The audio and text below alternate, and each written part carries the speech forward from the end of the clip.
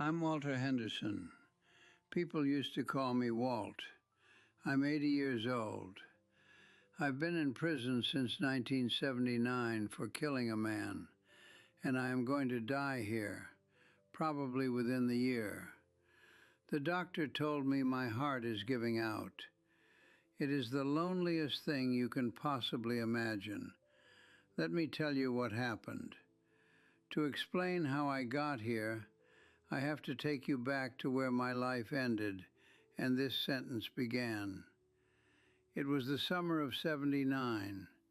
I was 33, living in Whiteley, Muncie. I worked at the furniture factory, an assembler. My wife Carol and I had a small, quiet life in a working-class neighborhood. It wasn't much, but it was mine. I had some high school, 2 brothers, both gone now, and parents who raised me right. I was just a man. That life felt permanent, solid as the oak we used at the plant. But you know what? Everything fragile can be broken in a single night. It was a Friday. I'd punched out at the factory, the smell of sawdust and varnish still on my clothes. I just wanted to unwind. I told Carol I'd be home by 8. I went to a bar called the Rail Yard. 1 beer. That was the plan. To sit in the cool dark and let the week melt off my shoulders before going back to my quiet house, my quiet wife. But peace is a fragile thing. It only takes one person to shatter it. A co-worker was there, Ray. I barely knew him. He was loud, already drunk. He started calling me out, saying I was slow on the line, a dummy, making jokes about me to his buddies. My face got hot. I remember the feel of the cool glass in my hand, the peanut shells crunching under my boot. I was just trying to be invisible. I was humiliated. I asked him to stop. I told him to shut his mouth. That's when he got up. He got in my face, poked my chest. His breath was sour with beer. Then he said something about Carol. I don't remember the exact words. I've tried for 46 years and I can't remember them. It doesn't matter. What matters is what those words did. It was like a wire in my head snapped. A red curtain dropped over my eyes. I was so angry. The next thing I knew, we were outside. The summer air was thick, but I was burning up. We were in the parking lot, behind the bar. The asphalt was gritty under my knees. He was underneath me. My hands were around his throat. I wasn't me anymore. I was this animal. All I could see was his face, and all I could feel was this furnace in my chest. I wasn't Walter Henderson from Whiteley. I was just rage made flesh. Then, just as sudden as it came, it was over. The fury left me. I was just a man on his knees in a dark lot, holding another man who wasn't moving. There were sirens, lights, hands pulling me off him. It felt like a dream, a bad TV show. I was numb. For 3 days in a county holding cell, I was numb. I just stared at the wall. They told me he was dead. I nodded. It didn't feel real. What felt real was the chill of the concrete bench, the taste of metal in my mouth. The numbness wore off on the 3rd night, and that's when I truly understood. I looked at my hands in the dim light, these same hands that sanded wood smooth at the factory, that held Carol's hand, that turned the key to my own front door.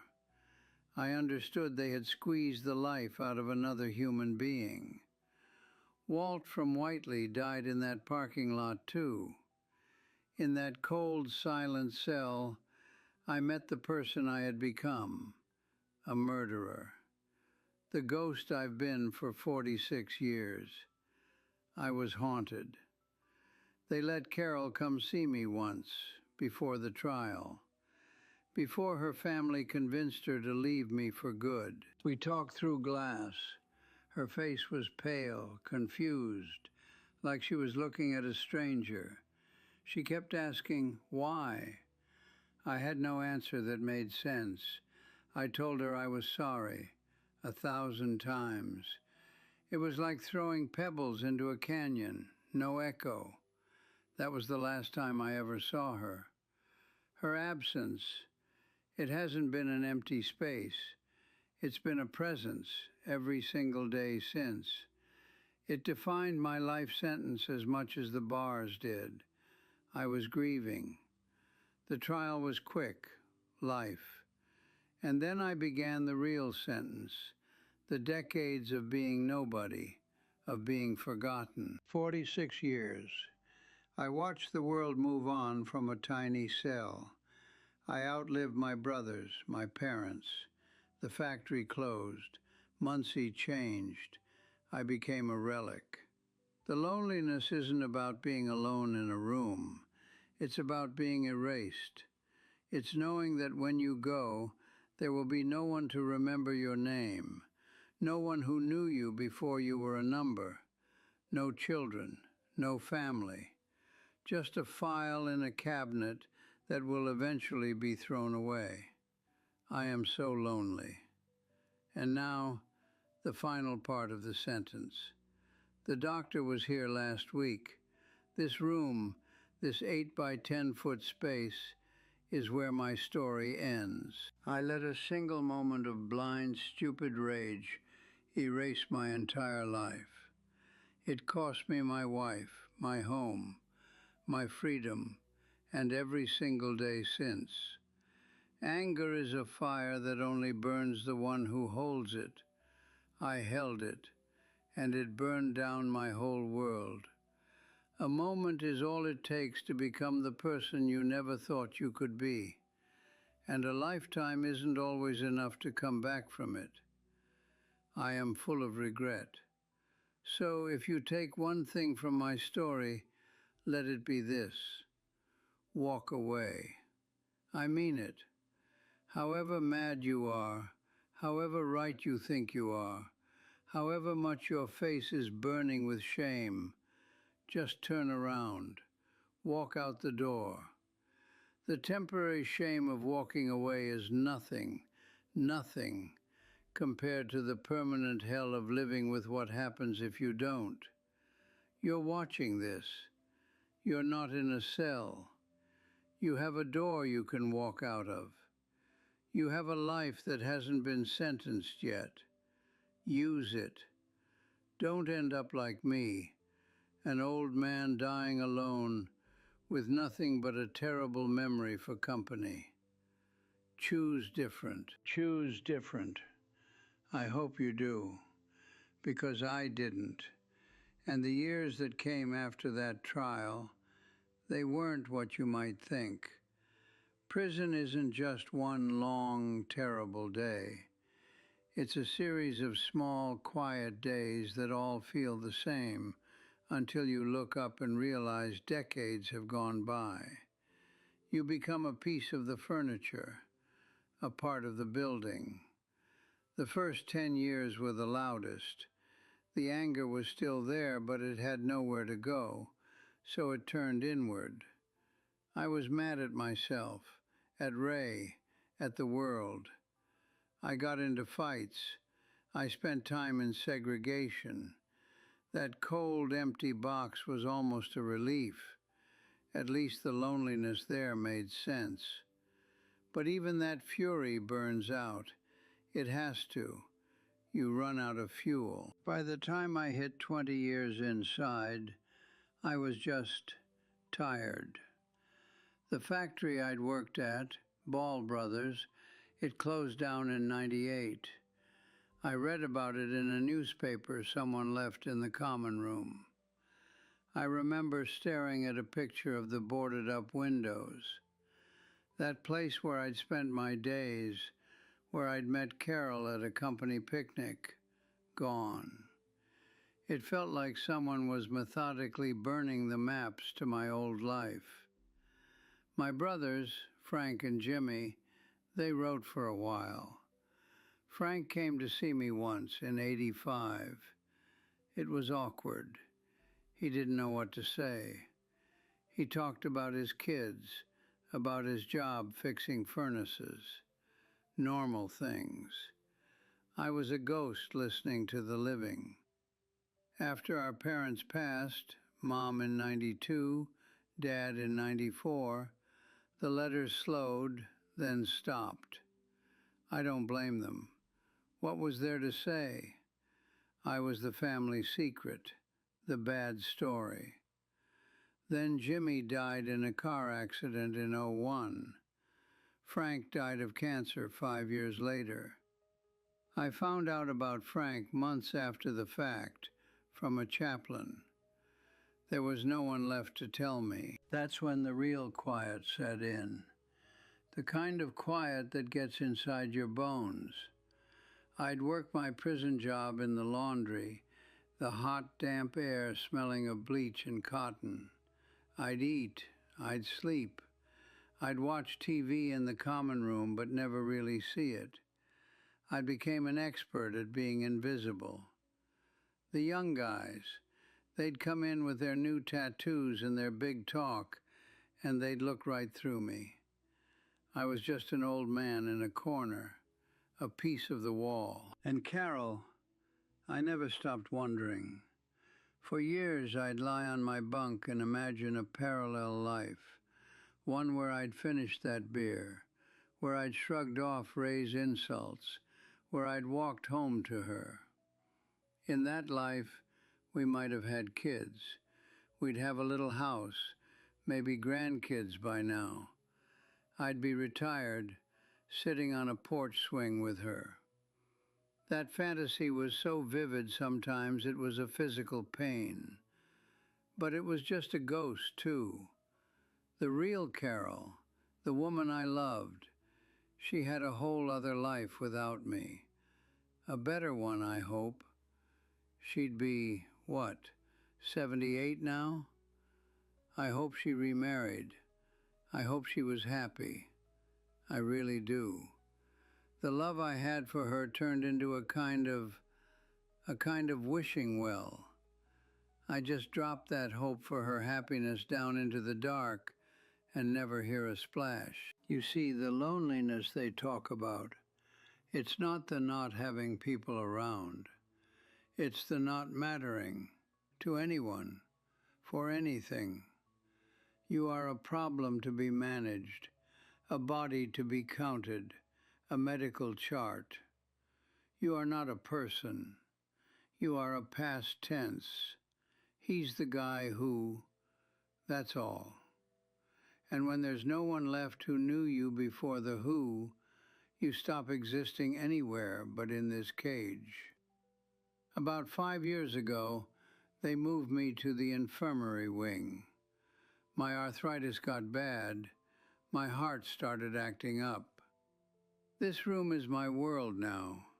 It's got a bed, a sink, a toilet, and a small window with wire mesh in it. I can see a slice of sky, a corner of the perimeter fence. Sometimes a bird lands on the fence. That's my entertainment. The doctor came in last week, a young guy, kind eyes. He had a chart. He sat on the stool and said, "Mr. Henderson, we got your test results back." He talked about my heart muscle, about failure, about time. He used words like palliative and comfort. I just nodded. I knew what he was saying.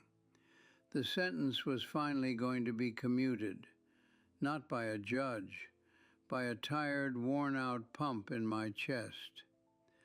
When he left, I looked around this room, this 8 by 10-foot space with its pale green walls and the faint smell of antiseptic.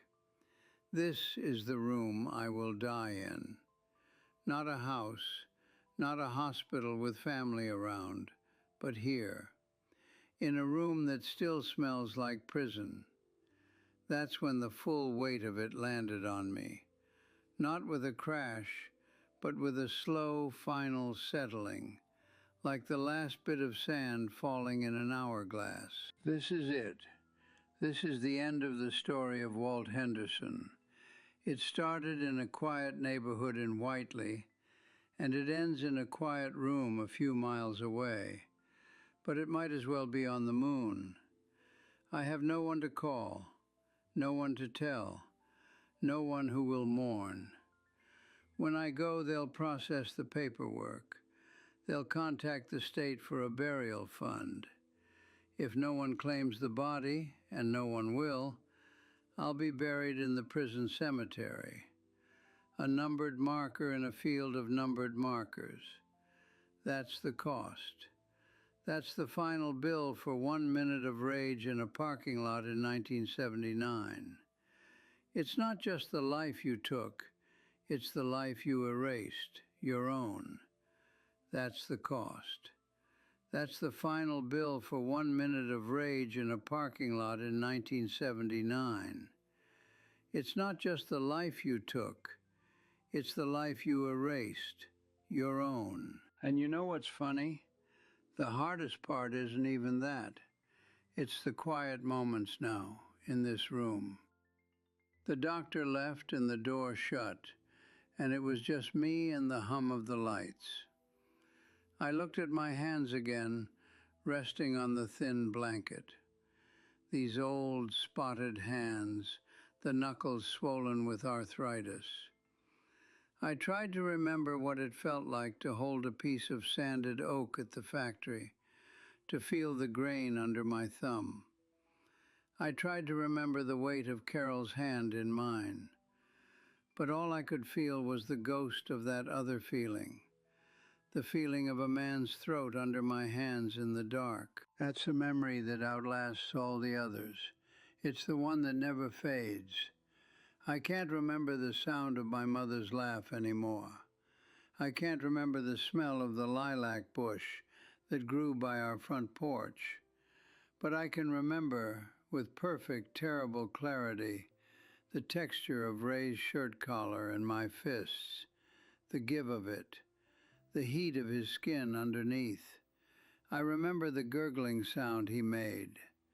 I remember the exact moment the fight went out of him, and he just became a weight. For years I told myself I didn't remember. I told the counselors in here that it was a blackout, but that's a lie. I remember every second.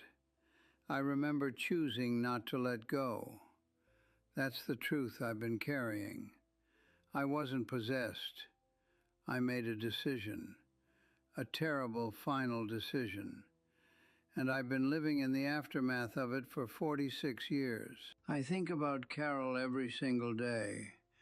Not the young woman from my memories, but the old woman she must be now. I try to picture her face with lines, her hair gone gray. I hope she found peace.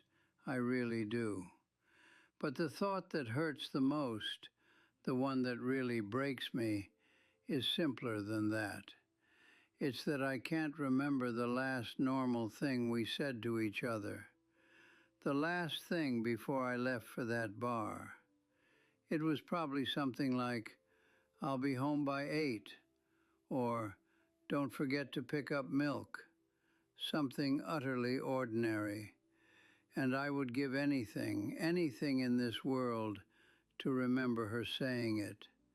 To remember the last moment I was still just Walt, her husband, and not what I became. But I can't. That memory is gone, erased by what came after. The loneliness in here, in these final days, it's a physical thing. It's in the silence between the distant shouts in the hallway. It's in the way the young orderly avoids my eyes when he brings the pills. It's in the empty chair by the bed. There's no one to sit in it. There hasn't been for decades. Sometimes at night, my heart does this fluttering thing. It knocks against my ribs like it's trying to get out. The first few times it happened, I felt scared. I'd press the call button. Now, I just lie there. I listen to it. I think, okay, is this it? Is this the one? And a part of me hopes it is. Because then it would be over. The waiting, the remembering, the terrible quiet weight of all those wasted years. But then the morning comes. The gray light through the wire mesh window, the sound of the food cart rattling down the hall, and I'm still here. I'm still Walt Henderson, inmate number 79834, dying by inches in a room that smells like bleach and old man. I had a dream last week. I was in the parking lot of the rail yard, but I was old, like I am now. And Ray was there, young, the way he was. He was laughing, leaning against his car. And I walked up to him, my body slow and aching. I said, "I'm sorry." I said it clear as day. And in the dream, he looked at me. He stopped laughing.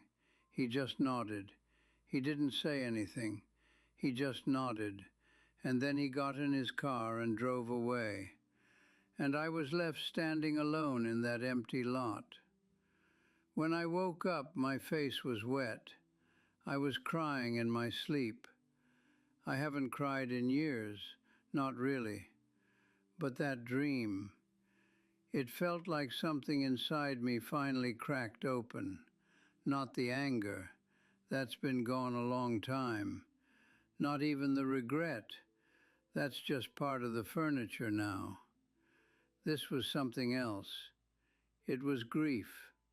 Pure, simple grief for the two men who died that night. For him and for me. That's when I knew. I mean, I really knew. I'd been focusing on the dying alone part, the loneliness of it. But that's not the worst of it. The worst of it is realizing you've already been dead for a long, long time. You've just been too busy serving the sentence to notice you were gone. The ghost of Walt from Whiteley has been haunting this prison for 46 years. And soon even the ghost will be gone. There'll be nothing left. No one to haunt. No one to remember. Just a number on a stone in a field no one visits. That's the loneliest thing you can imagine. It's not the dying. It's realizing you've been dead for decades, and you're the only one who ever comes to the funeral. That's the loneliest thing you can imagine. It's not the dying. It's realizing you've been dead for decades, and you're the only one who ever comes to the funeral. So here's what I understand now, sitting in this bed, listening to my own heart stutter. I was wrong about anger. For years I thought it was a storm that blew through and left wreckage. It's not. It's a slow poison. It sits in your cup and you drink it every day, thinking it's water. And one day you realize it's eaten you out from the inside. I carried that poison from the factory floor to that bar stool. Ray didn't put it there. He just shook the cup. And I chose to drink. I thought being a man meant not backing down. My dad worked hard, kept quiet, took care of his own. I thought that's what I was doing, standing my ground. But that wasn't it. Standing your ground is building a life, tending a marriage, showing up day after day. What I did in that parking lot wasn't strength. It was a failure of imagination. I couldn't imagine any way out of that moment except through him. I couldn't picture just turning around, walking across that gravel, out to the street, and going home to Carol. That simple walk was a bridge my rage burned down before I even saw it was there. And the cost? I tallied it for years in big things. My freedom, my wife, my home. But the real cost is in the small things.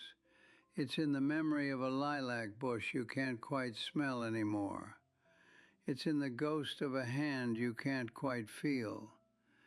It's in the silence where a laugh should be.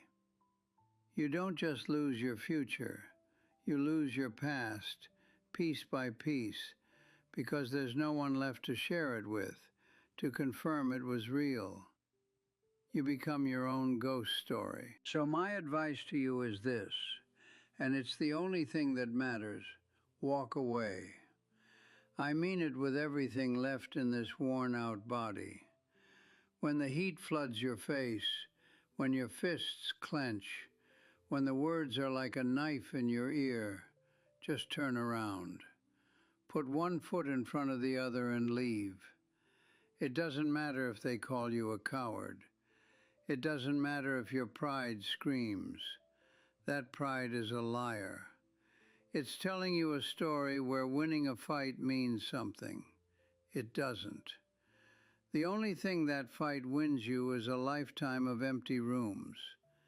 You have a door you can walk out of. You have a life that hasn't been sentenced yet.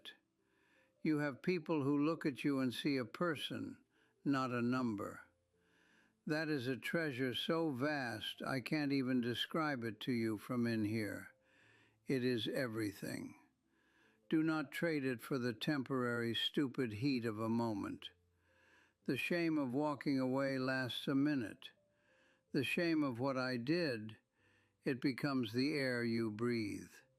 It becomes the walls you look at for 46 years.